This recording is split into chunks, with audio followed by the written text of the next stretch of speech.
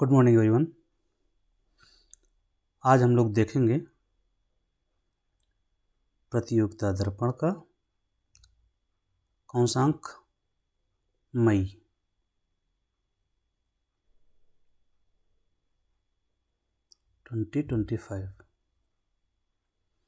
इसको हम लोग 4 सेक्शन में कवर करेंगे। पहले नेशनल, फिर international, there after economics, sports and scientific. तो 4-5 सेक्शन में कवर करेंगे। तो आज हम लोग जो पढ़ेंगे वो है राष्ट्रीय, नेशनल। आराम से पढ़ेंगे ताकि पूरा कवर हो जाए और आप लोग समझ भी सकें। तो स्टार्ट करते हैं। राष्ट्रीय की पहली न्यूज है अस्त्र मार्क 1 को लेकर। अस्त्र मार्क 1 जानते हैं क्या होता है अस्त्र मार्क 1?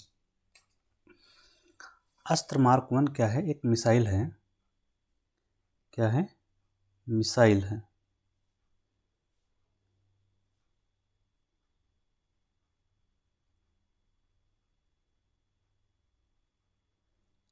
एक मिसाइल है तो हमें ये पता होना चाहिए मिसाइल कौन सी है, किस प्रकार की है, कहाँ से कहाँ वार करती है।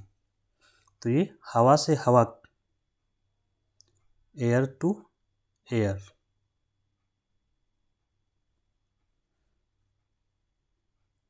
Air to air, air to air हमला करने वाली मिसाइल है अस्त्र मार्क 1। विकसित किसने किया है? विकसित किया है DRDO ने। DRDO क्या होता है? Defence research and development organisation. Hindi में लिखेंगे तो रक्षा अनुसंधान और विकास। ये फुल फॉर्म बहुत पूछा जाता है DRDO वगैरह का, तो आप लोग याद रखेंगे।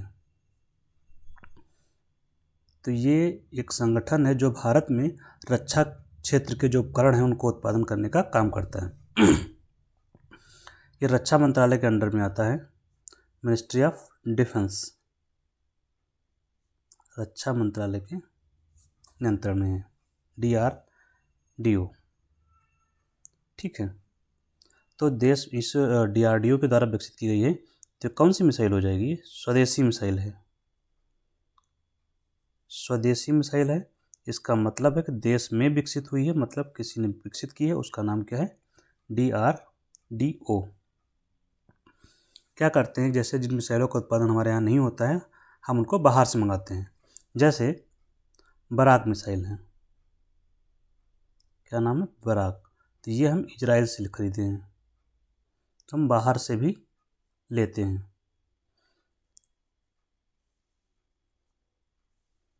इसके अलावा एक S-400 ट्रायम्फ है।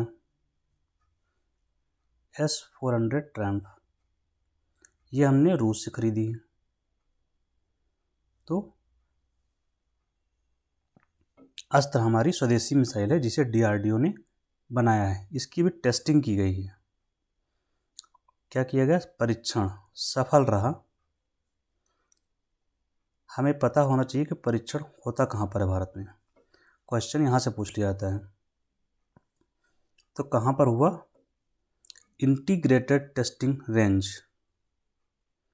इंग्लिश में लिख देते हैं इंटीग्रेटेड टेस्टिंग। सारी मिसाइलों की टेस्टिंग यहीं पर होती है। तो कोई पूछता है जनरली आप बता सकते हैं कि इंटीग्रेटेड टेस्टिंग रेंज में इसका परीक्षण हुआ, और यह है कहाँ? चांदीपुर में। चांदीपुर कहाँ है? उड़ीसा में।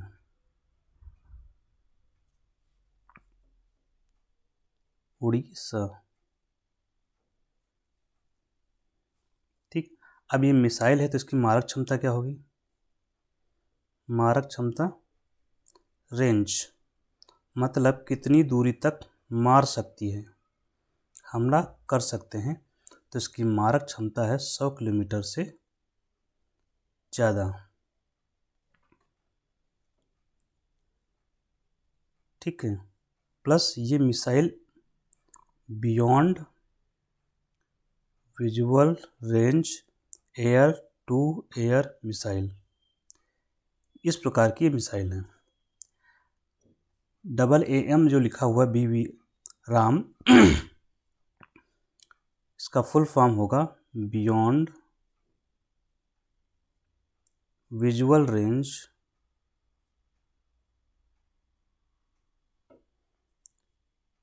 और AA air to air, A for air, to air, M for missile. ठीक है, तो ये हमने अस्त्र मार्क 1 के बारे में जाना। यहाँ से क्वेश्चंस पूछे जाते हैं तो हम याद रखेंगे इसको। नेक्स्ट टॉपिक है, इसी में से जुड़ा हुआ है अस्त्र मार्क 3 का। अस्त्र मार्क 3, ये मार्क 1 थी, ये मार्क 3 है, तो सारे गुण वही होंगे, जो चेंज क्या होगा इसकी रेंज, मारक क्षमता। तो अस्त्र मार्क 3 जो मिसाइल है, इसका नाम क्या रखा गया है? अस्त्र श्रेणी की ही है लेकिन इसका नाम रखा गया है गांडीव, नाम है गांडीव। अस्त्र मार्क 3 भी कह सकते हैं और दूसरा नाम इसका गांडीव है। गांडीव क्यों रखा गया है? अर्जुन के धनुष के नाम पर रखा गया है। महाभारत में एक अर्जुन है और अर्जुन का जो धनुष है उसका नाम है गांडीव, उसी के नाम पर इस मिसाइल का नाम गांडीव रखा गया है। ठीक है, तो अस्त्र मार्क 3 क्या है? एक मिसाइल है। मिसाइल आप लोग समझ रहे होंगे, जैसे मान लीजिए यहाँ पर इस तरह का कुछ मिसाइल होती है आपका,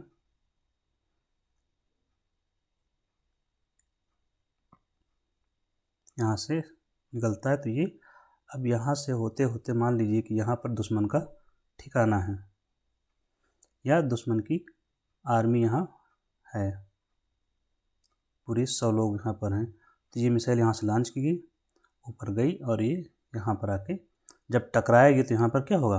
ब्लास्ट होगा, तो ये नष्ट हो जाएगा। तो यहाँ से यहाँ तक जो मार पहुँच गई, मान लीजिए ये 100 किलोमीटर है, तो इसी को कहा जाता है मारक क्षमता, कि एक मिसाइल कितनी दूरी तक नष्ट कर सकती है अपने टारगेट को। ठीक है, तो ये हो गई मिसाइल आपकी। इस मिसाइल का जो आगे वाला सिरा होता है यहाँ पर, इसी में आपका जो वेपन होता है वो भरा होता है। वेपन का मतलब जैसे कि बॉम्ब है या नाभिकीय बॉम्ब है, ये सब यहाँ पर रखा होता है आगे, जब यहाँ टकराता है तो ब्लास्ट हो जाता है। यही इसका प्रिंसिपल है। तो अस्त्र भी मिसाइल है। कौन सी मिसाइल है? एयर टू एयर, स्वदेशी निर्मित होगी। कौन बनाएगा? DRDO, जो अभी ऊपर पढ़ चुके हैं। तो ये अभी इसकी टेस्टिंग हुई है गांडीव की। ठीक है, नेक्स्ट है, नेक्स्ट न्यूज है अश्विनी। अश्विनी के बारे में है, आपको पता होना चाहिए अश्विनी क्या है। सारी न्यूज ये डिफेंस से जुड़ी हुई है। अश्विनी, अश्विनी क्या है? ये एक है रडार। अश्विनी एक रडार का नाम है।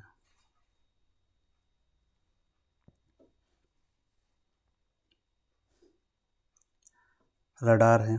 रडार क्या होता है? पहले तो हमें रडार का फुल फॉर्म पता होना चाहिए। तो रडार का फुल फॉर्म होता है रेडियो डिटेक्शन एंड रेंजिंग।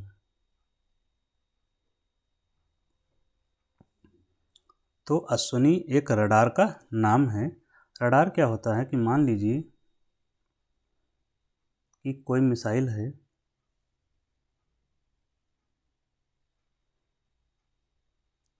ये इस तरफ आ रही है, यहाँ पर हमने अपना रडार लगा रखा है।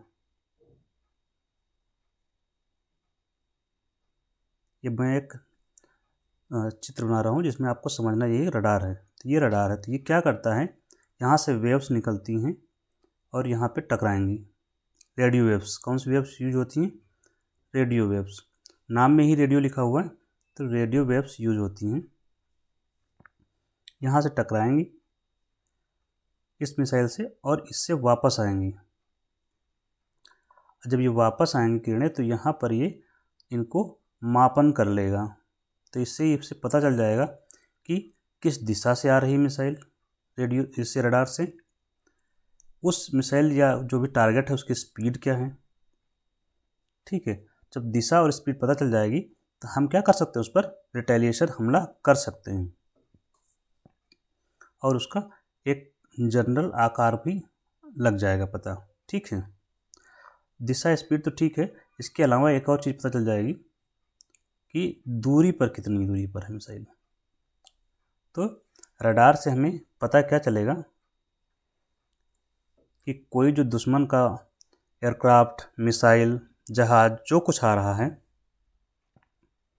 किस दिशा से आ रहा है, ये आप जान सकते हैं।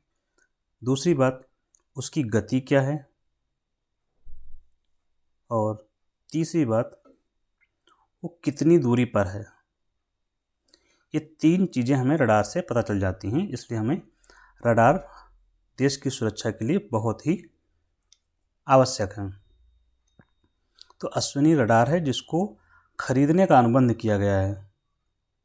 खरीदने का अनुबंध, अनुबंध का मतलब कॉन्ट्रैक्ट किया गया है। किससे खरीदेंगे, भारत सरकार किससे खरीदेगी, इस बात की बात है। तो ये BEL से, भारत इलेक्ट्रॉनिक्स लिमिटेड से अनुबंध किया गया है। और इसका विकास अश्विनी रडार का किसने किया है? विकास किया है DRDO ने, जो हम ऊपर पढ़ चुके हैं, defence research and development organisation ने इसका विकास किया है। इस रडार की एक खास बात क्या है, लो लेवल ट्रांसपोर्टेशन रडार है। लो लेवल ट्रांसपोर्टेशन रडार,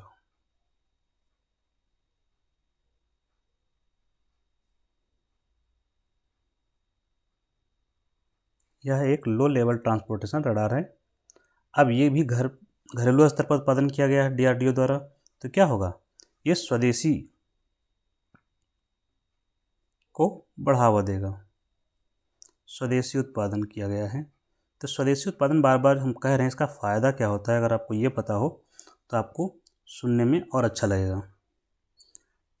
तो फ़ायदा क्या होता है जब स्वदेशी उत्पादन होता है,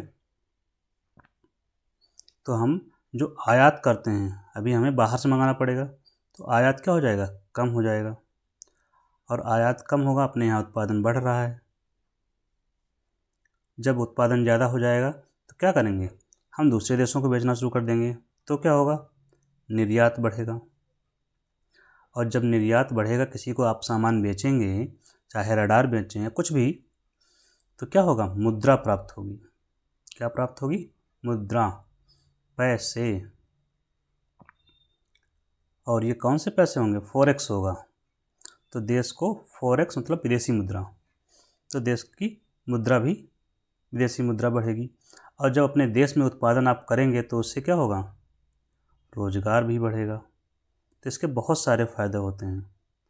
रोजगार बढ़ेगा, उत्पादन हो रहा है तो GDP भी बढ़ेगा। इसीलिए घरेलू उत्पादन का फ़ायदा रहता है। और सबसे बड़ा फ़ायदा ये भी होगा इसमें कि हमें जब ज़रूरत होगी हम उत्पादन कर लेंगे। ये पता लग रहा है कि आवश्यकता जब पड़ी तो विदेशी देश ने हमको हथियार दिया ही नहीं। तो ये एक जनरल बात स्वदेशी उत्पादन से क्या फ़ायदा और क्या नुकसान है।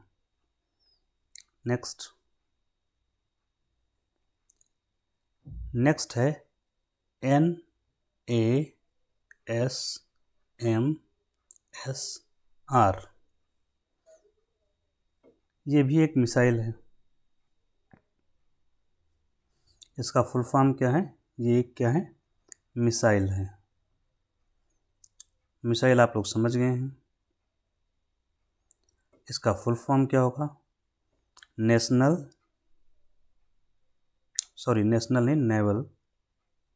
Naval anti ship missile.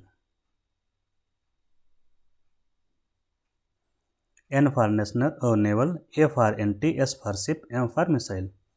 SR है शॉर्ट रेंज। इससे एक चीज़ पता चल जा रही है नाम से, क्या? शॉर्ट रेंज मतलब इसकी दूरी, मारक क्षमता कम दूरी की मारक है क्षमता है, कम दूरी की मारक क्षमता। रेंज का मतलब कितनी दूर तक मार सकती है, तो दूरी की मारक क्षमता इसकी कम दूरी की है। दूसरा एंटी शिप है, मतलब शिप को नष्ट करने वाला मिसाइल है। शिप को नष्ट करने वाली।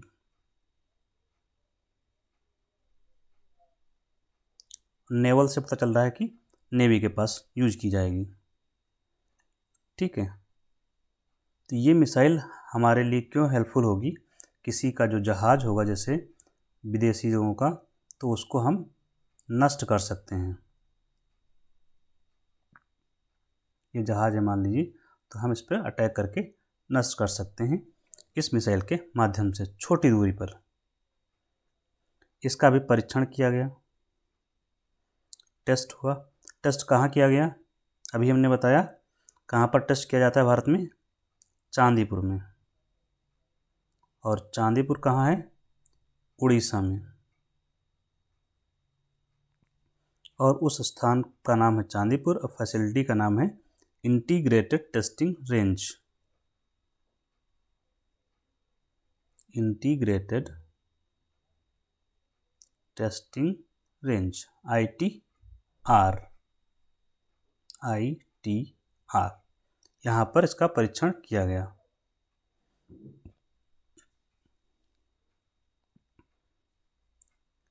विकास किसने किया इसका?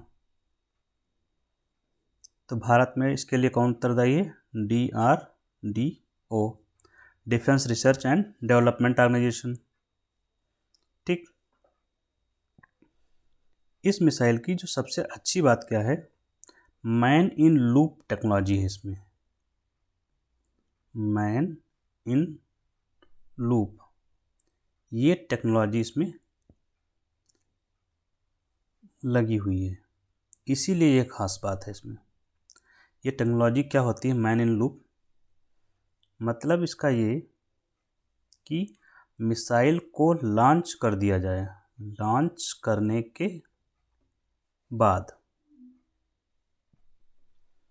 लॉन्च करने के बाद मतलब ये एक मिसाइल छोड़ दी गई, उसके बाद भी हम का मतलब जो पायलट होगा जहाज का, बाद भी हम इसके टारगेट को बदल सकते हैं। इसके टारगेट को बोलते हैं लक्ष्य। इसके टारगेट को बदल सकते हैं, यही है मैन इन लूप। सामान्यतः क्या होता है कि एक बार मिसाइल का टारगेट सेट कर दिया गया और फिर मिसाइल लॉन्च कर दी जाती है, तो उसके टारगेट को हम बदल नहीं सकते। यहाँ पर हम इसके टारगेट को लॉन्च होने के बाद भी बदल सकते हैं, जो हमारी मिसाइल है naval antiship missile, short range में है। ठीक है, तो मैन इन लूप क्या है? मिसाइल के लॉन्च होने के बाद उसके लक्ष्य को हम पुनः बदल सकें, यह टेक्नोलॉजी है, that is man in loop. अच्छा, यहाँ पर आप लोग हो सकता है पायलट क्वेश्चन का डाउट में आ रहे होंगे, तो यहाँ पर आपको हम बता सकते हैं, ये जो मिसाइल होती है ना, ये एयरक्राफ्ट पर लगी होती है। एयरक्राफ्ट कौन सा? फाइटर एयरक्राफ्ट जो नहीं होते हैं, जैसे फाइटर एयरक्राफ्ट मतलब लड़ाकू जहाज, जैसे कि हमारे पास आया है कौन सा? राफेल। तो राफेल में मिसाइल लगी होती है, तो ये मिसाइल लगी होगी, राफेल से दागा जाएगा, तो राफेल में जो बैठा हुआ कंट्रोल करने वाला उसको क्या बोलते हैं? पायलट ही बोलेंगे। तो पायलट उस मिसाइल के टारगेट को बदल सकता है। स्पष्ट? नेक्स्ट चलते हैं हम लोग। 5 नंबर क्या है? टैंक इंजन से जुड़ा हुआ है। TANK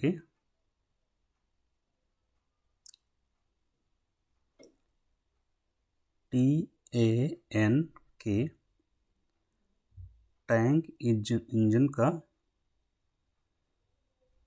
upgrade, UPGRADE, tank engine का अपग्रेडेशन किया जा रहा है। मतलब हमारे पास टैंक कितने हैं, पहले तो ये पता होना चाहिए कौन कौन से टैंक हैं जिनको अपग्रेड किया जाएगा, जिनके इंजन को अपग्रेड किया जाएगा। टैंक भारत के पास जो मुख्य रूप से हैं 2 प्रकार के हैं, उनका नाम है T-72 टैंक 72 एंड T-90, ये 2 टैंक हैं। इन दोनों में इंजन अभी लगा हुआ है 780 हार्स पावर का लगा हुआ इस वाले में, और 1000 हार्स पावर का इसमें लगा हुआ। ये इंजन इसमें लगे हुए हैं करंटली। इन्हीं को अपग्रेड करना है, मतलब क्या? इंजन को बदला जाएगा इन टैंकों में। तो जो 780 का है हार्स पावर का, इसको बदल कर किया जाएगा 1000 हार्स पावर का, और इसमें जो 1000 लगा हुआ है इसको बदल कर किया जाएगा 1350 हार्स पावर का। तो इंजन को अपग्रेड किया जाएगा। आपको पता होना यहाँ आवश्यक ये है कि T-72 और T-90 2 टैंक हैं जो भारत इस्तेमाल करता है रक्षा क्षेत्र में। इन्हीं के इंजन को अपग्रेड किया जाएगा। अब ये जो इंजन है दोनों, कहाँ से खरीदेंगे हम? ये दोनों इंजन भारत के पास नहीं है। भारत क्या करेगा? खरीदेगा। कहाँ से खरीदेंगे? रूस से खरीदेंगे हम, रसिया से खरीदेंगे भारत। रसिया में एक कंपनी है, उसका नाम है रोसबोरॉन। क्या नाम है? रोसबोरॉन। रोसबोरॉन एक्सपोर्ट कंपनी है, हम वहाँ से खरीदेंगे।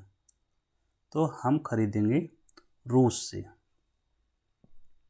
इन इंजनों को, और फिर इन इंजनों को हम लगाएंगे T-72 और T-90 में। अब यहाँ पर हम इससे अब फ़ायदा क्या होगा? अगर हम इंजन बदलते हैं इनके तो क्या होगा? भारत को लाभ इससे होगा, जो टैंक होते हैं तो टैंक बहुत तेज़ी से चल पाएगा, स्पीड बढ़ जाएगी टैंक की, तो टैंक की गतिशीलता में वृद्धि होगी। गतिशीलता में वृद्धि, मोबिलिटी, उसमें वृद्धि हो जाएगी। और जब तेज़ी से जाएगा तो हमला भी आराम तेज़ी से कर पाएगा, तो आक्रामक क्षमता भी बढ़ेगी। भारत की आक्रामक क्षमता बढ़ेगी, आक्रमण करने की कैपेसिटी। मतलब जैसे मान लीजिए कि 1 घंटे में 15 किलोमीटर पहले मूव कर पाता था, अब ये अपग्रेड हो गया तो अब 20 किलोमीटर जाएगा। तो 5 किलोमीटर का मार्जिन तो मिल गया एक घंटे में। अब जल्दी से यहाँ पे आएगा और हमला कर सकता है, फिर लोकेशन चेंज कर सकता है। तो ये गतिशीलता और आक्रामक क्षमता में वृद्धि होगी। एक बात यहाँ आप लोग नोट करते चलिए, वो क्या है? Ministry of defence year of reform 2025 कौन सा है? 2025 ईयर ऑफ रिफॉर्म के रूप में 2025 मना रही है 2025 को। कौन? रक्षा मंत्रालय। तो रक्षा मंत्रालय इस वर्ष 2025 को रिफॉर्म ईयर के रूप में मना रही है। नेक्स्ट चलते हैं सेवंथ न्यूज है गौरव। ये गौरव क्या है? ये भी डिफेंस से है। गौरव एक क्या है? एक बॉम्ब है। गौरव क्या है? एक बॉम्ब है। ये बॉम्ब किस प्रकार का है? लॉन्ग रेंज का, दूरी लॉन्ग रेंज का बॉम्ब है। अब इस लॉन्ग रेंज का मतलब कितनी लॉन्ग रेंज हुई इसकी? तो 100 किलोमीटर तक मारक क्षमता है इसकी। लॉन्ग रेंज बॉम्ब है। और इस बॉम्ब की खासियत क्या हुई? ये ग्लाइड बॉम्ब है। मतलब ये फिसलते हुए आक्रमण करता है। कैसे? जैसे आपका जो सुखोई 30 MKI है फाइटर जेट, हमारे पास सुखोई फाइटर जेट है, उसी पर इसको टेस्ट किया गया है, सुखोई 30 MKI पर। तो आप लोगों ने अगर देखा होगा तो जो ऐसा कुछ जहाज का आकार होता है, तो यहाँ पर जो है ये लगा होता है, लगाया गया नीचे। ये हमारा सुखोई है, ठीक है, मान लीजिए सुखोई है। तो यहीं पर इस गौरव को लगाया गया। हवा में उड़ रहा है, मान लीजिए ये हमारी देश की बाउंड्री है, यहाँ पर पाकिस्तान का कोई लोकेशन है जहाँ पर हमें हमला करना है। तो अगर ये हमारा सुखोई इसके इस पार जाएगा तो पाकिस्तान क्या करेगा? विरोध दर्ज करवाएगा, सीमा पार हो गई, क्योंकि ये तो सीमा है। तो अब इसका फ़ायदा ये होगा कि ये यहीं से ड्रॉप कर देगा सुखोई इस गौरव को, बॉम्ब को, और ये बॉम्ब क्या करेगा? धीरे धीरे लोकेशन होते होते यहाँ पर टारगेट कर देगा। तो 100 किलोमीटर पहले ही सुखोई इसको ड्रॉप कर सकता है, सीमा पार करने की जरूरत नहीं पड़ेगी। यही फ़ायदा है इसका कि दुश्मन की सीमा में जाए बगैर हम कैसे हमला कर पाएंगे इससे। तो दुश्मन की सीमा में जाए बगैर, उसके द्वारा डिटेक्ट हुए बगैर हम गौरव से हमला कर सकते हैं। तो 100 किलोमीटर तक की मारक क्षमता है सुखोई पर इसको टेस्ट किया गया है। सुखोई हमारा फाइटर जेट है, उस पर टेस्ट किया गया। सुखोई पर लगाया गया है इसको, सुखोई के साथ टेस्ट हुआ है। सुखोई 30 MKI ये हमारा फाइटर जेट हम कहाँ से ख़रीदते हैं सुखोई वालों? ये हमने रूस से ख़रीदा हुआ है, रसिया से ख़रीदा हुआ है सुखोई, क्योंकि हम भी बना नहीं रहे हैं फाइटर जेट। अभी एक और फाइटर जेट हमने ख़रीदा है, उसका नाम क्या है? राफेल। आपको पता होना चाहिए राफेल हमने कहाँ से ख़रीदा है? फ्रांस से ख़रीदा है, फ्रांस। दूसरा एक और राफेल अभी डील हुई है उसका नाम राफेल M है। यह भी हमने फ्रांस से ही डील होने की बात हो रही है। M फॉर मरीन, मतलब नेवी के लिए ख़रीदेंगे इस बार हम। तो 26 राफेल M हम लोग ख़रीद रहे हैं। इसमें भी दो तरीके के हैं। कितने तरीके के? दो तरीके के। 22 तो फाइटर जेट होंगे, ये सिंगल सीटर होंगे, जो फाइटर होंगे सिंगल सीटर, एक ही सीट होगी। ये 4 जो होंगे ट्विन सीटर होंगे, मतलब डबल सीट होंगे। तो डबल सीट की आवश्यकता क्यों? क्योंकि ये ट्रेनिंग वाले होंगे, इनसे हम ट्रेनिंग करवाएंगे। हमारे जो सिपाही होते हैं जो नेवी के, उनकी ट्रेनिंग होगी, तो ये 4 ट्रेनिंग में काम करेंगे, बाकी फाइटिंग के लिए काम करेंगे। तो राफेल M नेवी के लिए खरीदे जा रहे हैं 26, ठीक है। तो सुखोई के साथ इसकी टेस्टिंग की गई है गौरव की। इसकी रेंज लगभग 100 किलोमीटर तक है। एक और इसकी खास बात है, अब सोचिए यहाँ गौरव है, यहाँ से इस टारगेट तक जब पहुँचेगा यहाँ तक, तो यहाँ तक पहुँचेगा कैसे? इसको लोकेशन तो चाहिए होगी। तो लोकेशन, इसको क्या बोलते हैं, नेविगेशन। कौन कौन से रास्ते से जाएगा, तो नेविगेशन ये कैसे करेगा, वहाँ तक जाएगा कैसे, रास्ता उसको कौन बताएगा वहाँ तक, मिसाइल को? ये अपना जो गौरव है बॉम्ब, तो इसको रास्ता बताने के लिए जीपीएस यूज करेगा। प्लस INS, ये एक सिस्टम होता है नेविगेशन के लिए। INS क्या होता है, inertial navigation system. Inertial navigation system. GPS आप लोग जान रहे होंगे, ग्लोबल पोजिशनिंग सर्विस। जो मोबाइल में भी हम लोग होता है, हम लोग जीपीएस ऑन करते हैं तो कहीं जाना होता है तो उसी से हम लोग पहुंचने का प्रयास करते हैं।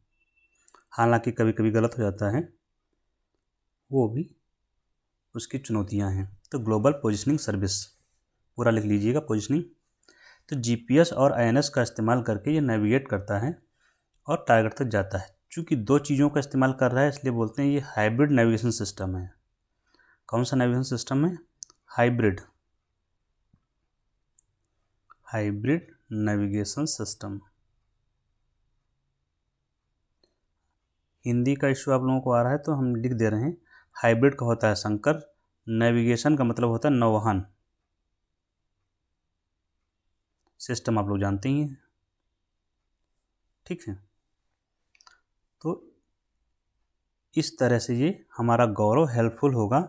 और हमला जैसे यहाँ पे कर रहे हैं तो दुश्मन के जो भी ठिकाने हैं, दुश्मन के बंकर हैं, ठिकाना है, एयरफील्ड है, वहाँ पर हम हमला कर सकते हैं, ठीक है। नेक्स्ट है, अच्छा इसकी जो श्रेणी है 1000 क्लास की श्रेणी, 1000 किलोग्राम की श्रेणी में आता है ये। नेक्स्ट होगा 8 नंबर। 8 न्यूज क्या है? रोपवे की मंजूरी दी गई है उत्तराखंड में।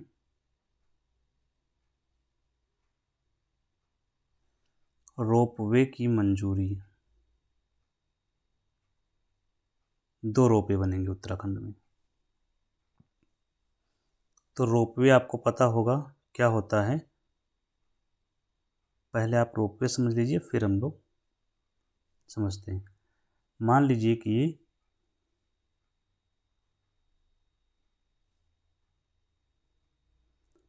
दो लोकेशन है, एक ये है और एक ये लोकेशन है, ये हो गई A, ये हो गई B। यहाँ से जाने का रास्ता क्या है? एक तरीका ये है कि यहाँ से आप ऐसे ऐसे जाते हैं पैदल वाला और यहाँ तक पहुँच जाते हैं,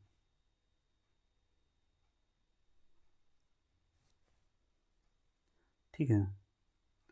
तो ये तो पैदल रास्ता है।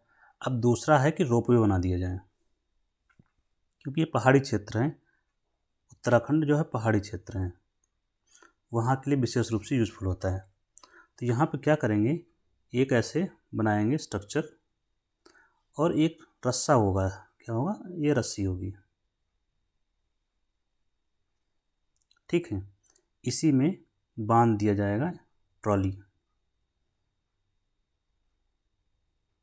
ये होगा ट्रॉली। ऐसे कई सारी ट्रॉली होंगी उसमें और यहाँ बैठने की आपको व्यवस्था होगी। तो यहीं पर ये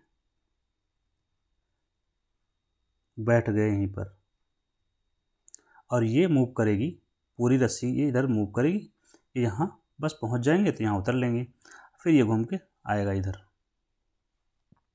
इस तरह से ये रोपवे काम करता है, ठीक है। तो अब आगे चलते हैं। रोपवे उत्तराखंड में रोपवे बनेंगे 2।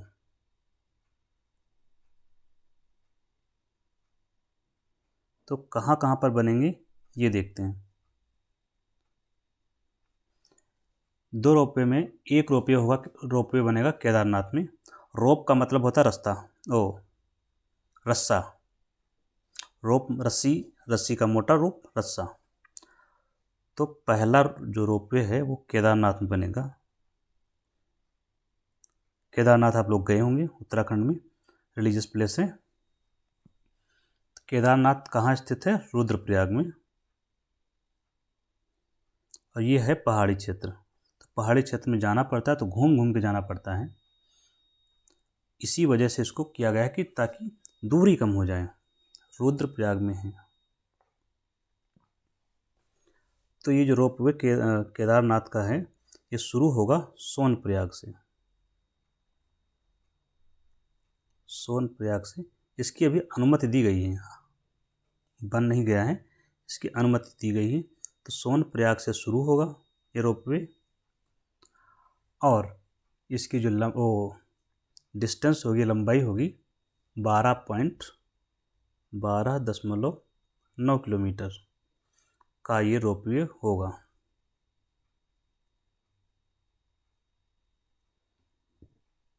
और जब इससे हम लोग जाएंगे, इससे ट्रैवल करेंगे तो समय कितना लगेगा? मात्र 60 मिनट में पहुंच जाएंगे। मतलब अगर रोपवे से जाएंगे केदारनाथ तो हम 60 मिनट में पहुंच जाएंगे। और पहले अगर जाते तो हमको लगते लगभग 8 से 9 घंटे, क्योंकि दूरी कितनी थी? पहले नीचे की दूरी थी 21 किलोमीटर की, और 21 किलोमीटर की दूरी चूँकि पैदल और उबड़ खाबड़ क्षेत्र है, पहाड़ी क्षेत्र है, तो 8 से 9 घंटे लग जाते थे जाने में। तो अब इससे फ़ायदा क्या होगा? हमारा समय बचेगा। जो यात्री जाएंगे उनका क्या फ़ायदा होगा? यात्रियों का समय भी बचेगा और सुविधा भी रहेगी। और जब ये दोनों चीज़ें होंगी तो क्या होगा? वहाँ पर पर्यटन भी बढ़ेगा। और जब पर्यटन कहीं का बढ़ेगा तो रोजगार भी बढ़ेगा उस क्षेत्र में। तो एक तो ये रोपवे बनेगा केदारनाथ में। दूसरा रोपवे जो बनेगा वो बनेगा हेमकुंड साहिब में। तो हेमकुंड साहिब कहाँ है? उत्तराखंड में। हेमकुंड साहिब में दूसरा बनेगा। तो आपको लोकेशन याद होना चाहिए, केदारनाथ में बन रहा है और हेमकुंड साहिब में बन रहा है। हेमकुंड साहिब चामोली जनपद में है, उत्तराखंड के। और जो ये रोपवे बनेगा उसकी लंबाई कितनी होगी? रोपवे की लंबाई होगी 12.4 किलोमीटर की। लंबाई आपके लिए महत्वपूर्ण नहीं है, लोकेशन जरूरी है। और जब 12.4 किलोमीटर का रोपवे होगा तो इसकी दूरी ट्रेवल होगी मात्र 45 मिनट में पहुंच जाएंगे आप, जब हम इससे ट्रेवल करेंगे। पहले कितनी थी? पहले दूरी थी 19 किलोमीटर और टाइम लगता था 12 घंटे, 12 आवर। तो हमारा समय बचेगा, चूँकि अब 45 मिनट में ही हम लोग पहुंच जाएंगे। नेक्स्ट है 9th, माधव राष्ट्रीय उद्यान।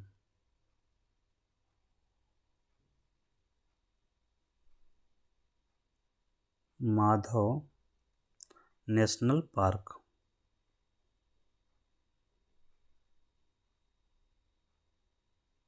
माधव राष्ट्रीय उद्यान न्यूज़ में क्यों है?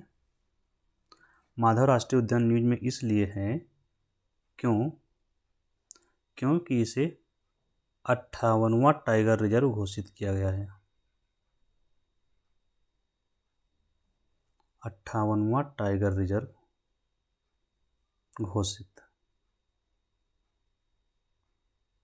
एक बात, कौन से कानून के तहत घोषित किया जाता है? तो वन्य जीव अधिनियम 1972, वाइल्ड लाइफ प्रोटेक्शन एक्ट। वन्य जीव अधिनियम 1972 wild life protection act English में। थोड़ा थोड़ा इंग्लिश भी सीखते जाएंगे तो आसानी रहेगी। Wild life protection act TECTION 1972, जिसके तहत टाइगर रिजर्व को घोषित किया था कि ये क्षेत्र टाइगर रिजर्व होगा। तो ये 58वां टाइगर रिजर्व घोषित किया गया है यहाँ। अब हमें ये पता होना चाहिए कि माधव राष्ट्रीय पार्क है कहाँ पर। तो ये माधव राष्ट्रीय पार्क है मध्य प्रदेश में, MP। कहाँ स्थित है? मध्य प्रदेश में। आपसे यही पूछा जाएगा। 2 सवाल यहाँ सब पर आपसे बन सकते हैं कि 8वां टाइगर रिजर्व किसे घोषित किया गया है, तो बताएंगे माधव राष्ट्रीय उद्यान। और फिर ये हो सकता है कि माधव राष्ट्रीय उद्यान स्थित कहाँ है, तो वो बताएंगे MP में। नेक्स्ट क्वेश्चन जो बनेगा, अब मध्य प्रदेश में कितने टाइगर रिजर्व हो गए हैं? माधव राष्ट्रीय उद्यान को जोड़कर कितने हो गए हैं? तो कुल 9 टाइगर रिजर्व हो गए हैं वहाँ पर। MP में 9 टाइगर रिजर्व हो गए हैं कुल। तो जब 9 टाइगर रिजर्व MP में हो गए हैं तो हमारे लिए आवश्यक हो जाता है कि हमें इनके नाम भी पता हों। ठीक है, इसके पहले जो 58वां तुमने पढ़ ही लिया, यहाँ पर नोट में हम लिख लेंगे इस तरफ। क्या 57वां टाइगर रिजर्व कौन सा था? उसका नाम तो 57वां था रातापानी।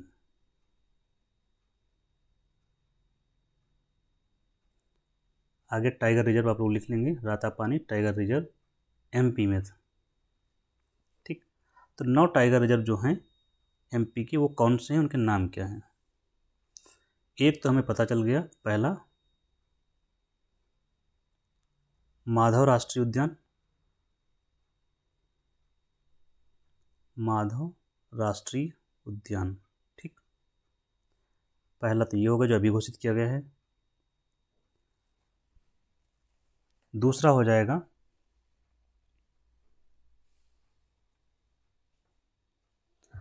कान्हा, आगे लिखते जाइए, कान्हा राष्ट्रीय उद्यान, पूरा नहीं लिख रहा हूँ। तीसरा पेंच। अच्छा, पेंच नाम से माधव टाइगर रिजर्व जो है MP में भी है और महाराष्ट्र में भी है, सीमा लगती है, इस वजह से दोनों जगहों पर इस नाम से है। चौथा हो जाएगा बांधवगढ़,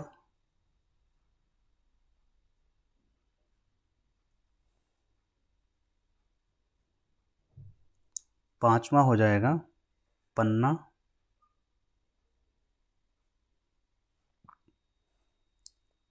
और छठवां हो जाएगा सतपुड़ा टाइगर रिजर्व,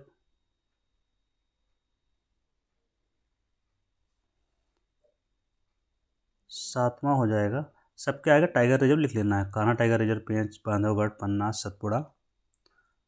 सातवां हो जाएगा संजय धुबरी, संजय धुबरी। याद रखेंगे, कभी कभी पूछा जाता है मैचिंग में कि ये कहाँ पर है, कौन से राज्य में है, दूसरा कौन से राज्य में, इस वजह से संजय धुबरी। इसके बाद वीरांगना दुर्गावती,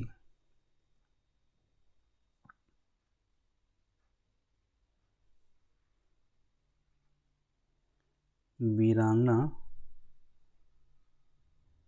दुर्गावती टाइगर रिजर्व। और 9 नंबर है रातापानी, जो 57वां टाइगर रिजर्व भी था। तो आगे टाइगर रिजर्व लिख लेंगे। ये सारे हुए MP में टाइगर रिजर्व स्थित हैं। अच्छा, जो अब तक हुए 58, उनमें से जो मुख्य हैं, जो एग्जाम पर्सपेक्टिव से इम्पोर्टेंट हैं, मैं वो स्टेट वाइज लिख दे रहा हूँ। ठीक है, ये MP के हमने 9 देख लिए। असम के देखते हैं, बहुत पूछा जाता है असम वाला तो तो असम में कितने टाइगर रिजर्व हैं? असम में टाइगर रिजर्व की संख्या 4। इनके नाम इस प्रकार से हैं। पहला है मानस टाइगर रिजर्व, दूसरा है नामेरी, मानस, नामेरी, काजीरंगा, ये वही काजीरंगा जहाँ एक सींग वाला गैंडा, सिंगल हॉर्न राइनोसिरस, तो काजीरंगा। और चौथा है ओरांग, ये बहुत पूछा जाता है तो याद रखेंगे। एमपी के तो लगभग सारे याद रखें, यहाँ का भी सारे याद रखेंगे क्योंकि पूछा ही जाता है। अरुणाचल प्रदेश के अरुणाचल प्रदेश, यहाँ पर जो मुख्य हैं 2, उनके नाम मैं लिख दे रहा हूँ। नाम दफ़ा याद रखेंगे, नया नाम दफ़ा, तो आपको याद रखना नाम दफ़ा। और दूसरा है पाकुई, ये अरुणाचल प्रदेश के हो गए। आंध्र प्रदेश में एक ही है,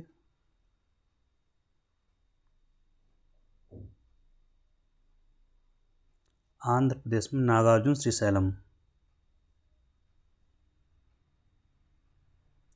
नागार्जुन श्रीशैलम।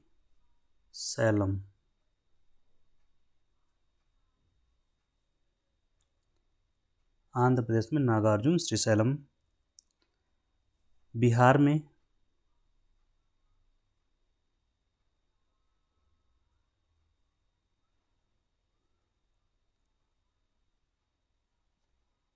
में भी एक है, उसका नाम है वाल्मीकि टाइगर रिजर्व।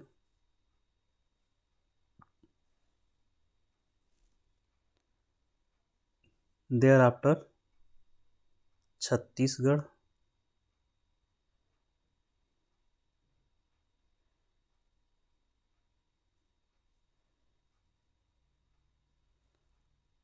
छत्तीसगढ़ में 3-4 हैं जो मैं इम्पोर्टेंट वो लिख दे रहा हूँ।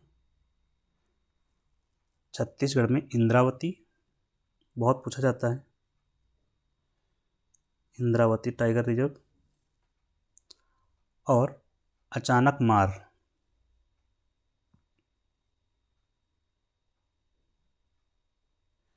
अचानक मार करके याद कर लीजिए, अचानक अलग कर लीजिए, मार अलग कर लीजिए तो याद रहेगा। और तीसरा जो अभी लेटेस्ट का है, गुरु घासीदास तामोर पिंगला, गुरु घासीदास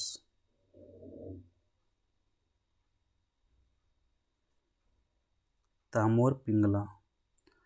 देखिए जब नाम बड़ा हो तो पूरा नहीं याद करना है, खास पकड़ लीजिए, जैसे घासीदास, इतना पकड़ के याद रखेंगे तो याद रहेगा। गुरु घासीदास तामोर पिंगला, क्योंकि आपको टिक करना होता है। तो ये छत्तीसगढ़ का हो गया। मिजोरम में एक है, कभी कभी मैचिंग में पूछा जाता है,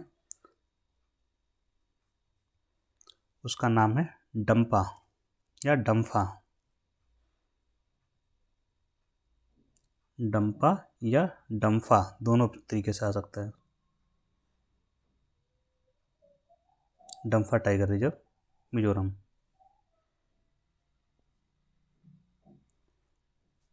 नेक्स्ट अगला इम्पोर्टेंट है राजस्थान।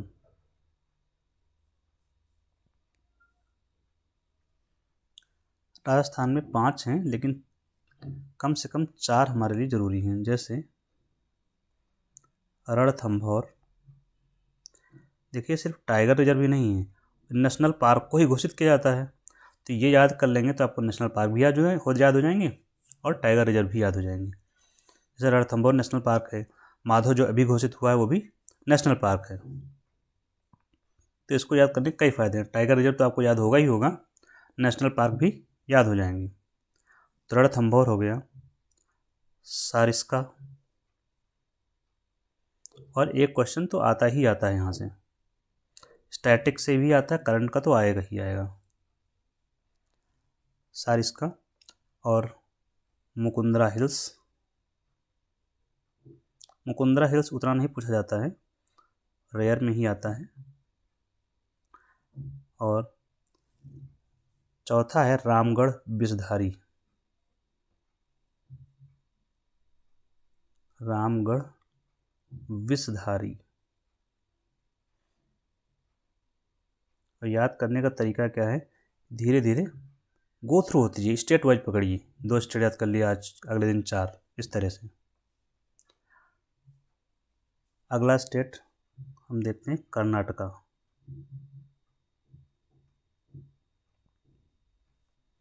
तो नेशनल पार्क और टाइगर रिजर्व दोनों ही याद हो जाएंगे आपको। कर्नाटक में है बांदीपुर,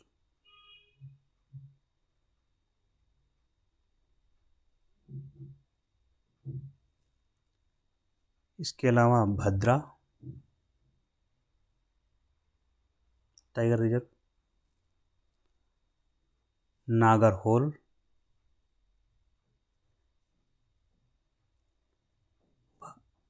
नागरहोल। यहाँ पर बांदीपुर सबसे ज़्यादा ज़रूरी है, और बिलीगिरी।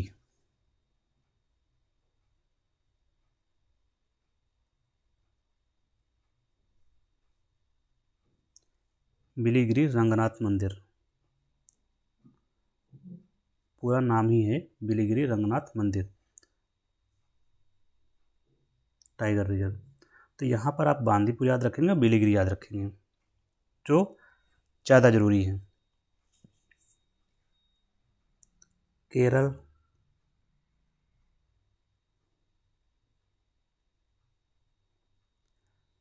केरल में है पेरियार और पराम्बिकुलम, 2 हैं। पेरियार, पेरियार के बारे में आप लोग जानते होंगे इतिहास में भी, तो उनके नाम पर है। और दूसरा है पराम्बिकुलम।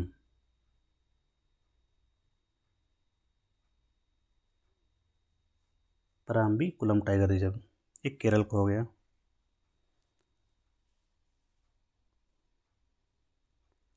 अभी देखते हैं महाराष्ट्र का।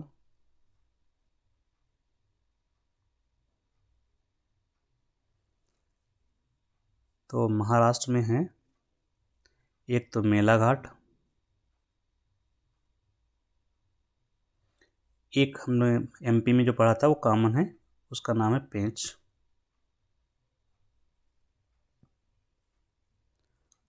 तीसरा जो जरूरी है ताडोबा अंधेरी, ताडोबा अंधेरी टाइगर रिजर्व।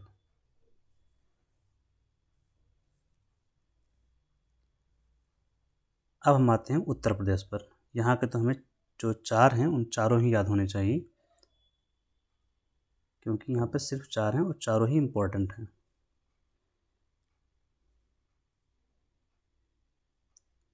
तो पहला है दुधवा, जो कि नेशनल पार्क भी है, Dudhwa tiger reserve.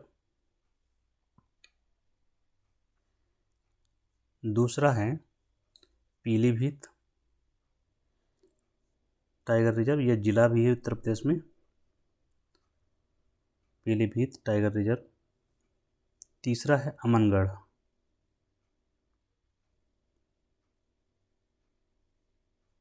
Tiger reserve. और चौथा और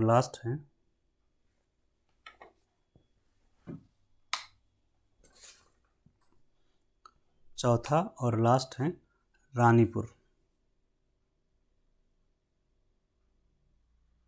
टाइगर रिजर्व, ये चित्रकूट में है।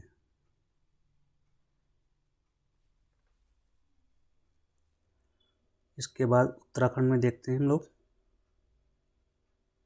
ये सारे आप लोग याद लिख लेंगे, याद भी कर लेंगे, क्योंकि ज़रूरी, काफ़ी ज़रूरी है ये एग्ज़ाम में, करंट में भी ज़रूरी है, स्टैटिक के लिए भी ज़रूरी है। ठीक है। उत्तराखंड में 2 हैं, जिम कॉर्बेट और राजा जी, दोनों नेशनल पार्क हैं।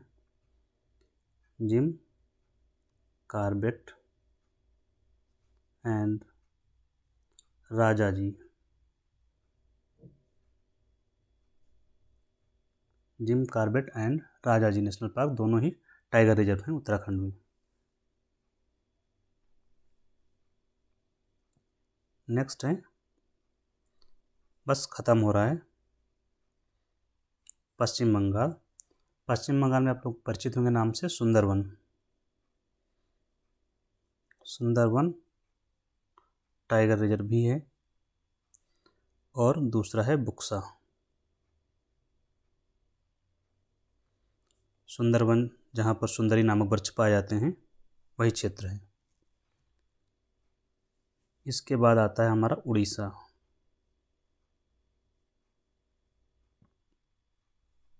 उड़ीसा में है सिमलीपाल, बहुत पूछा जाता है, और दूसरा है सतकोसिया।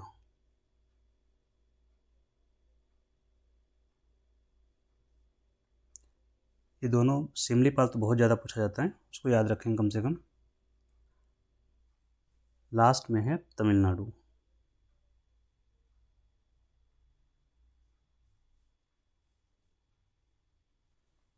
तमिलनाडु का है अन्नामलाई,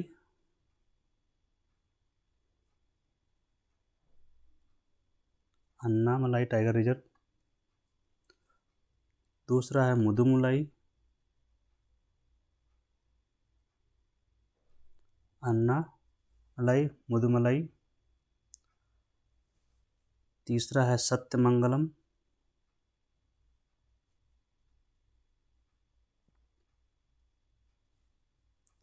और चौथा विल्लीपिथूर। इसका नाम थोड़ा सा याद करने में दिक्कत है, तो आप लोग याद कर लेंगे, हो सकता है कभी कभी पूछ लिया जाता है। विल्लीपिथूर, विल्लीपिथूर मेघामलाई। तो मेघामलाई से याद रखेंगे तो भी याद हो जाएगा। विल्लीपिथूर से याद है तो अच्छा ही है। तो ये हमने लगभग सारे टाइगर रिजर्व कवर कर ली मेजर, इसके बाहर से तो नहीं आएंगे कम से कम। ठीक है, तो सारे टाइगर रिजर्व इसमें कवर हो गए हमारे। नेक्स्ट न्यूज क्या है, 10 नंबर है, न्यूज है तवास से। क्या नाम है, तवास से। एक विध्वंसक युद्धपोत है,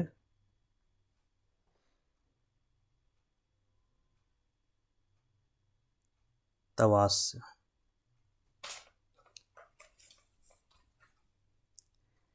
विध्वंसक युद्धपोत,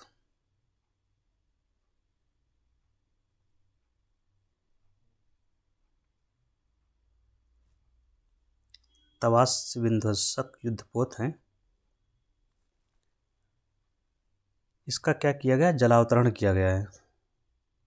जलावतरण, जलावतरण के बाद ट्रायल होता है। अभी सौंपा नहीं जाता है नेवी को, इस दौरान ट्रायल होगा 1-2 साल तक। ये जो तवास से हैं, ये स्टील्थ फ्रिगेट है। स्टील्थ फ्रिगेट, फ्रिगेट छोटे जहाज होते हैं जो रक्षा करने का काम करते हैं, डिफेंसिव होते हैं। क्या होते हैं, डिफेंसिव होते हैं। और स्टील्थ का मतलब ये पकड़ में नहीं आएंगे, मतलब इनकी जो पहचान करना मुश्किल हो जाएगा, पहचान कठिन, चोरी चोरी पहुंच जाएंगे जहां पहुंचना होगा। तो ये स्टील्थ फ्रिगेट है। अच्छा, ये नाम जो रखा गया है तवास से, ये नाम कहाँ से लिया गया है, ये जरूरी है। भीम की गदा का नाम था, महाभारत में भीम हैं पांडवों के भाई, उनकी गदा का नाम था, वहीं से लिया गया है। जैसे अर्जुन की जो धनुष था उसका नाम था गांडीव, जिसके नाम पर मिसाइल है। युद्धपोत का नाम रखा गया तवास से। ये हमारा चौथा फ्रिगेट होगा, ये चौथा है।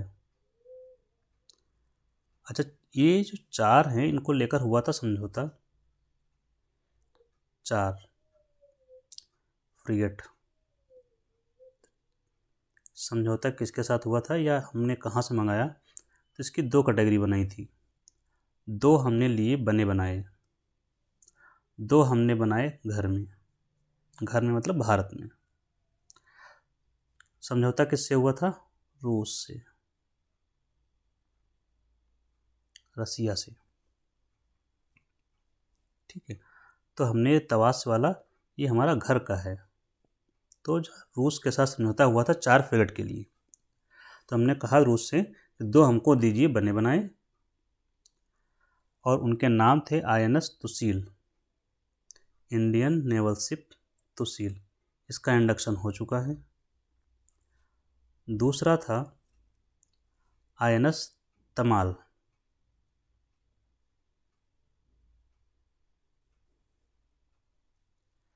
ठीक है, और ये हमने जो 2, ये तो बने बनाए थे, ये हमने घर में बनाए 2, इनका निर्माण किया। उनके नाम क्या हैं? INS त्रिपुट। इससे क्या होता है कि स्वदेशी जो मेक इन इंडिया हमारा इनिशिएटिव है उसको बल मिलेगा, इससे रोजगार भी सृजन होगा, बहुत सारे लाभ होते हैं। अभी जो चौथा है तवास से, जो अभी जलावतरण किया गया है। तो ये हमने घर पर बनाए हैं, मतलब भारत में बनाए गए हैं। 2 बने बनाए, 2 घर में। अब घर में जब बनाया जाता है तो उसका लाभ होता है बहुत सारा, रोजगार सृजन होगा, GDP होगा, ट्रांसफर ऑफ टेक्नोलॉजी होगा। अब इस तवास पर जो तैनात किया जाएगा, क्या तैनात करेंगे? हम अपनी मिसाइल तैनात करेंगे। कौन सी? ब्रह्मोस। ब्रह्मोस क्या है? मिसाइल है। ये हमने कैसे बनाई है? रूस के सहयोग से बनाई है। रसिया प्लस भारत दोनों ने सहयोग करके बनाया है, जॉइंट वेंचर से। इसका नाम ब्रह्मोस क्यों रखा गया? भारत की नदी है एक ब्रह्मपुत्र, ब्रह्मपुत्र, और रसिया की नदी है मुस्कवा। इन दोनों नदियों को मिलाकर इसका नाम किया गया ब्रह्मोस, BRAHMOS, ब्रह्मोस मिसाइल है। तो ये इसमें तैनात की जाएगी तवास में। ठीक है, रसिया समझौता हुआ, हम मंगाएंगे। तो ये स्थिति है इसकी तवास की। नेक्स्ट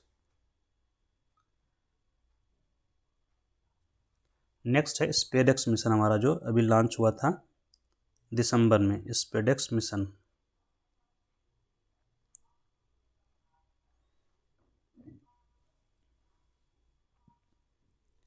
स्पेडेक्स मिशन न्यूज में फिर से क्यों है? हमने इसको लॉन्च किया था स्पेस डॉकिंग एक्सपेरिमेंट। इसका फुल फॉर्म क्या है? स्पेस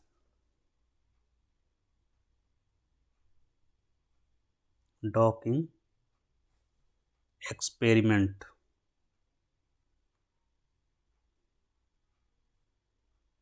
मिशन था स्पेस डॉकिंग एक्सपेरिमेंट मिशन था। तो इसको हमने कब लॉन्च किया था? छोड़ा कब गया था? तो ये छोड़ा गया था, हमने PSLV C60 से दिसंबर में लॉन्च किया था। कब लॉन्च किया? 30 दिसंबर 2024 को लॉन्च किया गया। किस से लॉन्च किया था? किस से मतलब हमारा जो रॉकेट का नाम क्या था? लॉन्चिंग रॉकेट कौन सा था? रॉकेट का नाम था PSLV C60 से हमने लॉन्च किया था। लोकेशन क्या थी? कहाँ से लॉन्च किया? तो हम एक ही जगह से लॉन्च करते हैं भारत में, वो है श्रीहरिकोटा। जैसे मिसाइल की टेस्टिंग चांदीपुर में होती है, वैसे उपग्रह की लॉन्चिंग श्रीहरिकोटा से होती है। श्रीहरिकोटा ये कहाँ है? आंध्र प्रदेश में।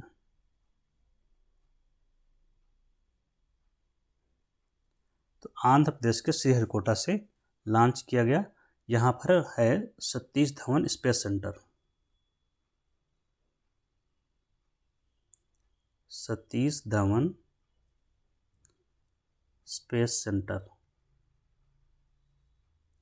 वहीं से लॉन्च किए जाते हैं सारे सैटेलाइट्स। ये इसरो के अंडर में काम करता है। अब जब ये लॉन्च किया गया था तो इसका उद्देश्य क्या था, ये हमें समझना होगा। तो हमारा जो रॉकेट है PSLV C60, इससे 2 सैटेलाइट लॉन्च किए गए थे।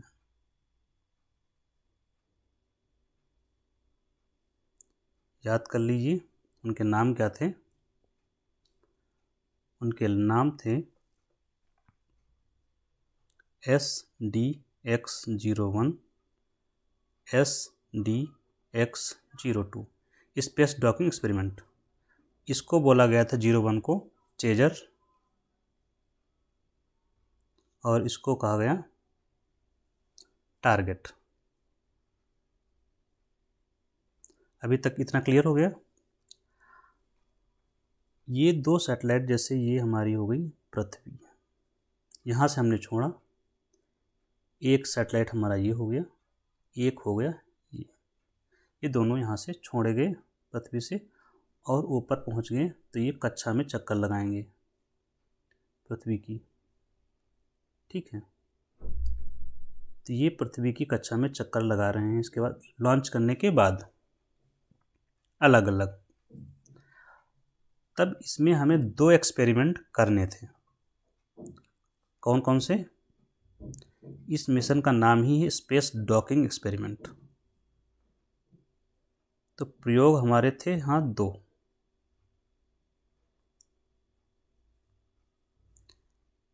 एक प्रयोग का नाम था डॉकिंग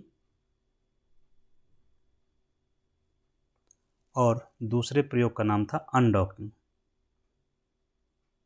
हिंदी में आप लोग लिख लीजिए, डॉकिंग एंड अनडॉकिंग।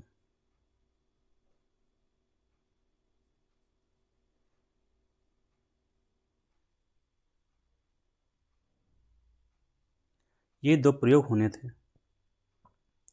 पहले करना था डॉकिंग। डॉकिंग में करना क्या था, ये जो 2 उपग्रह अलग अलग दिख रहे हैं, इन दोनों को जोड़ना था। तो डॉकिंग क्या है? 2 उपग्रहों को जोड़ना, स्वतः ऑटोमेटिक ये जुड़ जाएं। तो ये प्रयोग सफल हो गया था हमारा जनवरी में ही। ये जनवरी में हमारा काम हो गया था, सफल हो गया था। अनडॉकिंग नहीं हो पाई। अनडॉकिंग क्या है? जब ये दोनों जुड़ गए तो ये हो गया डॉकिंग। जुड़ गए तो विद्युत का प्रवाह भी चेक किया गया, तो ठीक से जुड़े थे। जुड़ गए तो जुड़े हुए ही घूम रहे थे। जुड़ने के बाद इन दोनों को अलग करना, दोनों सैटेलाइट्स को अलग करना, यही क्या है? अनडॉकिंग। दोनों सैटेलाइट्स को अलग करना, ये था अनडॉकिंग। तो ये एक्सपेरिमेंट हमारा अभी सफल हुआ है। कब? हमें करना तो जनवरी में ही था अनडॉकिंग, लेकिन ये डिले कर दिया गया कुछ कारणों से। तो अब हुआ है 13 मार्च को हमने अनडॉकिंग भी कर ली। मतलब ये कि अब ये दोनों उपग्रह जो थे वो अलग हो गए और इंडिपेंडेंट रूप से चक्कर लगा रहे हैं। अब परिणाम क्या हुआ? दोनों उपग्रह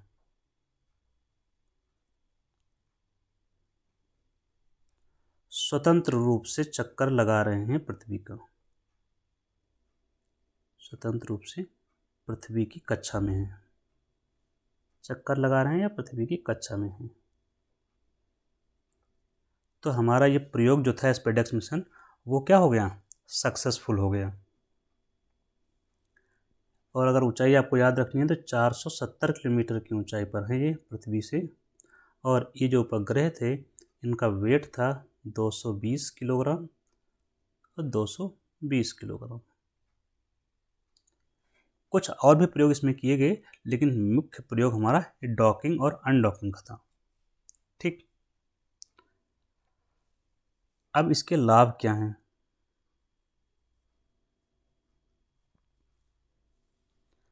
लाभ ये है, समस्या क्या है ना, हम लोग यहाँ पर हैं, चंद्रमा यहाँ पर है, और यहाँ पर हम चाहते हैं कि एक स्पेस स्टेशन बनाएं। ये ऐसा हो जिसमें ऐसे, आपने आईएसएस देखा होगा, नहीं तो हमारा एक वीडियो पड़ा हुआ है इसी चैनल पर, देख लेंगे, इंटरनेशनल स्पेस स्टेशन करके, जो आपको बेहतर समझा देगा। फिर भी मैं समझा रहा हूँ। तो ये एक स्पेस स्टेशन होगा, सैटेलाइट्स होंगे। तो जैसे आपने अभी सुना होगा, सुनीता विलियम्स को स्पेस स्टेशन से वापस लाया गया। तो ऐसे ही होते हैं यहाँ पर, यहाँ प्रयोग किए जाते हैं। और ये क्या करता है, ऐसे पृथ्वी के चारों तरफ घूमते रहते हैं इस तरह से।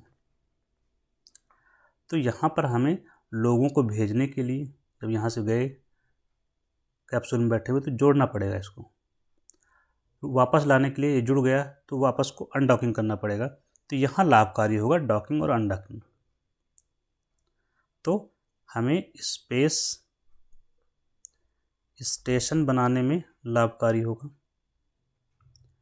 दूसरा, गगनयान हम भेजेंगे उसमें हमारे लिए हेल्पफुल होगा।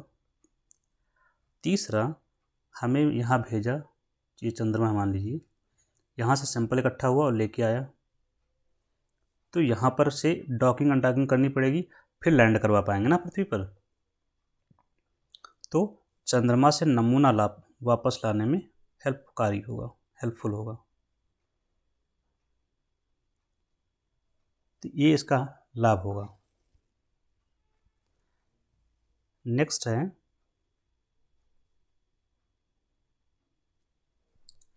बीसीसीआई द्वारा अनुबंध किया गया है।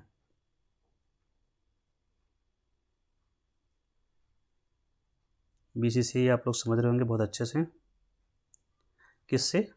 सीनियर महिला जो टीम है उनसे, सीनियर महिला खिलाड़ी जो हैं क्रिकेट की, उनके लिए उनके साथ अनुबंध किया गया है। कॉन्ट्रैक्ट कितने साल का है? 1 साल का होता है। तो इस क्रम में इन्होंने क्या किया है, 3 कैटेगरी बनाई है। कितनी? 3। A category, B category, C category. तो 16 महिलाओं के साथ ये अनुबंध किया गया है। 16 महिला खिलाड़ी जो हैं। तो एक कैटेगरी में जो एक ग्रुप में महिलाएं हैं, एक ग्रुप में जो महिला खिलाड़ी हैं, उनको कितना मिलेगा? 50 लाख रुपए। बी ग्रुप की जो महिला खिलाड़ी हैं उनको मिलेगा 30 लाख रुपए, और सी ग्रुप में जो हैं उनको मिलेगा 10 लाख रुपए वार्षिक। ए ग्रुप में 3 महिला खिलाड़ी शामिल की गई हैं। उनका नाम क्या है? हरमनप्रीत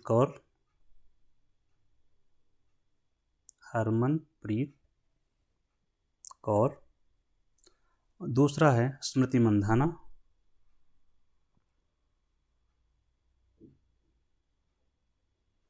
और तीसरी खिलाड़ी हैं दीप्ति शर्मा।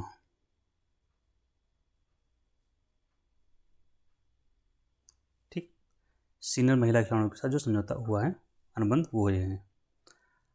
यहाँ पर जो पुरुष खिलाड़ियों के साथ समझौता होता है उसको भी हम यहाँ स्पष्ट कर देते हैं। तो पुरुष खिलाड़ियों के साथ जो समझौता होता है उसमें 4 ग्रुप बनाए गए हैं। कितने?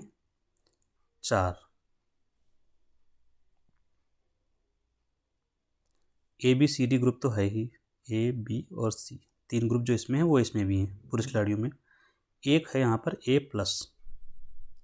तो इनको कितना जो पेमेंट होता है, अनुबंध होता है, कितने का होता है? ए होता है, A+ का होता है 7 करोड़ का, ए का होता है 5 करोड़ का, ए ग्रुप के जो खिलाड़ी होते हैं। बी ग्रुप में जो होते हैं उनके साथ 3 करोड़ का, और सी के साथ 1 करोड़ का। ये समझौता होता है बीसीसीआई का। ठीक है, तो ये हमने बीसीसीआई का देखा।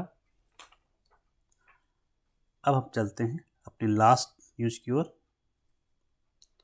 जो काफ़ी इम्पोर्टेंट है, स्पेस सेक्टर से जुड़ी हुई। इसरो द्वारा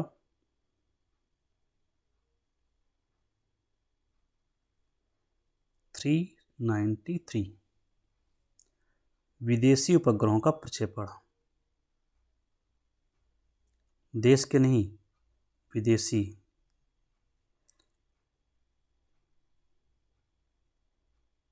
अब आप लोग सोच रहे होंगे इसमें क्या बड़ी बात है, तो बड़ी बात है क्या, वो समझते हैं।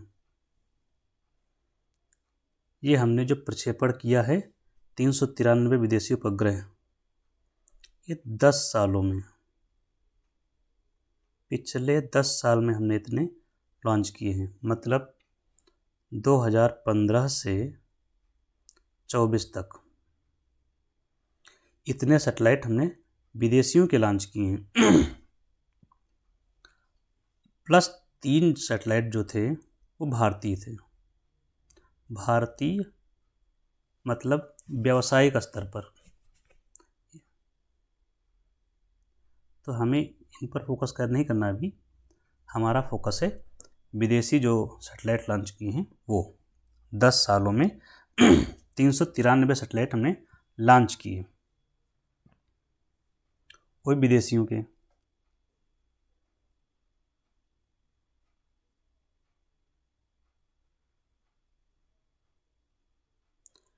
तो कौन कौन से देशों के हमने लॉन्च किए हैं ये जानना हमारे लिए आवश्यक है।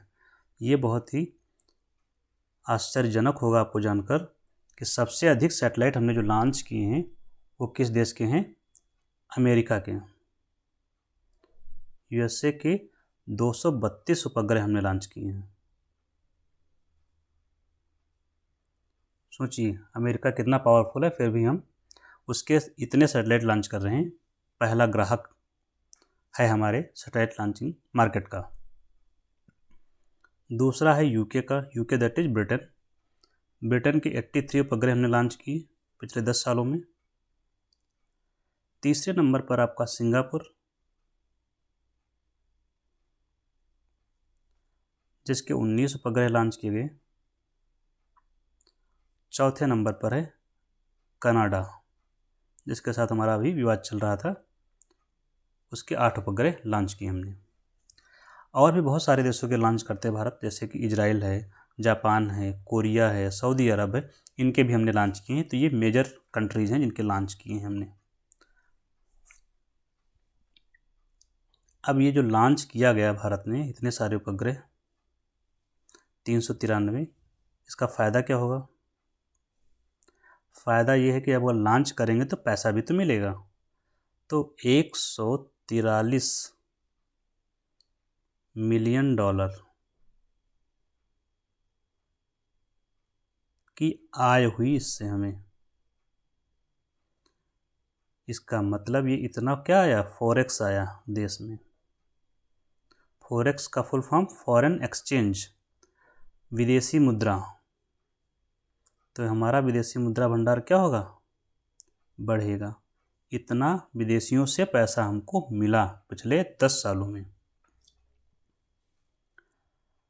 यहाँ एक बात जो छूट गई, विदेशों के हमने लॉन्च किए, ये तो 4 मुख्य हैं, कुल 34 देशों के थे। कुल 34 देशों के उपग्रहों को हमने लॉन्च किया है, जिनसे हमें इतनी आय हुई $143 मिलियन की। ठीक, तो ये सैटेलाइट को लॉन्च करने का जो बाज़ार है बहुत अच्छा बाज़ार है। इसको देखिए, सैटेलाइट लॉन्चिंग मार्केट। जैसे हर चीज़ का मार्केट है तो सैटेलाइट लॉन्चिंग का मार्केट है। भारत में इतने लोग क्यों करवाते हैं लॉन्च? क्योंकि भारत करता है सस्ता। भारत के द्वारा लॉन्चिंग की जाती सस्ती, कम दाम पर और उच्च गुणवत्ता के साथ,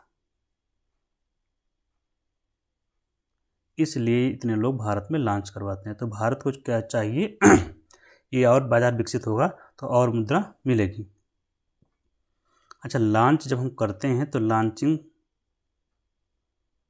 रॉकेट कौन सा प्रयोग किया गया? तो हमारे पास कौन कौन से रॉकेट हैं ये जानकारी हमें होनी चाहिए। यहाँ पर जो यूज़ किए गए PSLV,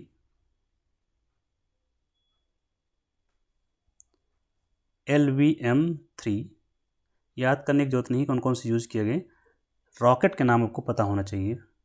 और SSLV, PSLV हमारा जो रॉकेट है उसका नाम है full form polar satellite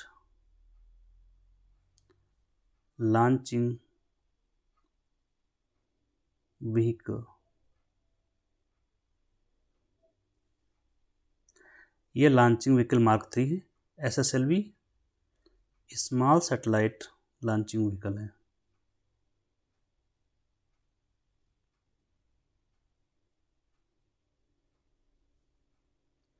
small satellite launching vehicle. इसके अलावा भारत के पास जो लॉन्चिंग व्हीकल्स हैं उसका नाम है GSLV। SLV for satellite launching vehicle, G for Jio synchronous. तो जियो सिंक्रोनस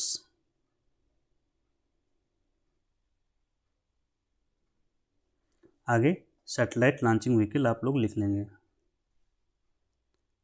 एक और हम लोग डेवलप कर रहे हैं, इसका नाम है रीयूजेबल लॉन्चिंग व्हीकल। ठीक, PSLV से पहले हम लोग यूज़ करते थे उसको बोलते थे ASLV। इससे पहला था SLV। तो क्रम क्या हुआ, SLV पहला, फिर ASLV, फिर PSLV, फिर GSLV। कभी कभी विकास पूछ लेते हैं तो ऐसा हो जाएगा। SLV मतलब सैटेलाइट लॉन्चिंग व्हीकल। यहाँ पर भी A for advanced, A for advance नहीं है, ऑगमेंटेड है संभवतः, ऑगमेंटेड।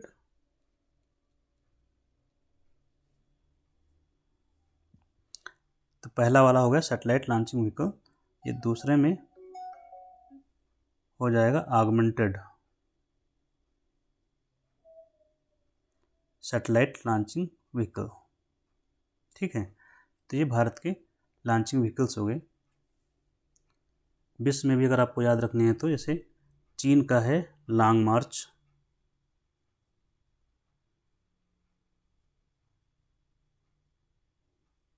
इसके अलावा एरियन है जो अमेरिका वगैरह के, यूरोप के अन्य भी हैं। तो इसी के साथ हम नेशनल ख़त्म करते हैं। अगले दिन हम लोग मिलेंगे इंटरनेशनल में, तब तक आप लोग देखते रहिए। Thank you. एक बात और, अगर आप लोग करंट देखना चाहते हैं तो द हिंदू वाला सेक्शन है चैनल पर, आप लोग करंट द हिंदू में देख सकते हैं।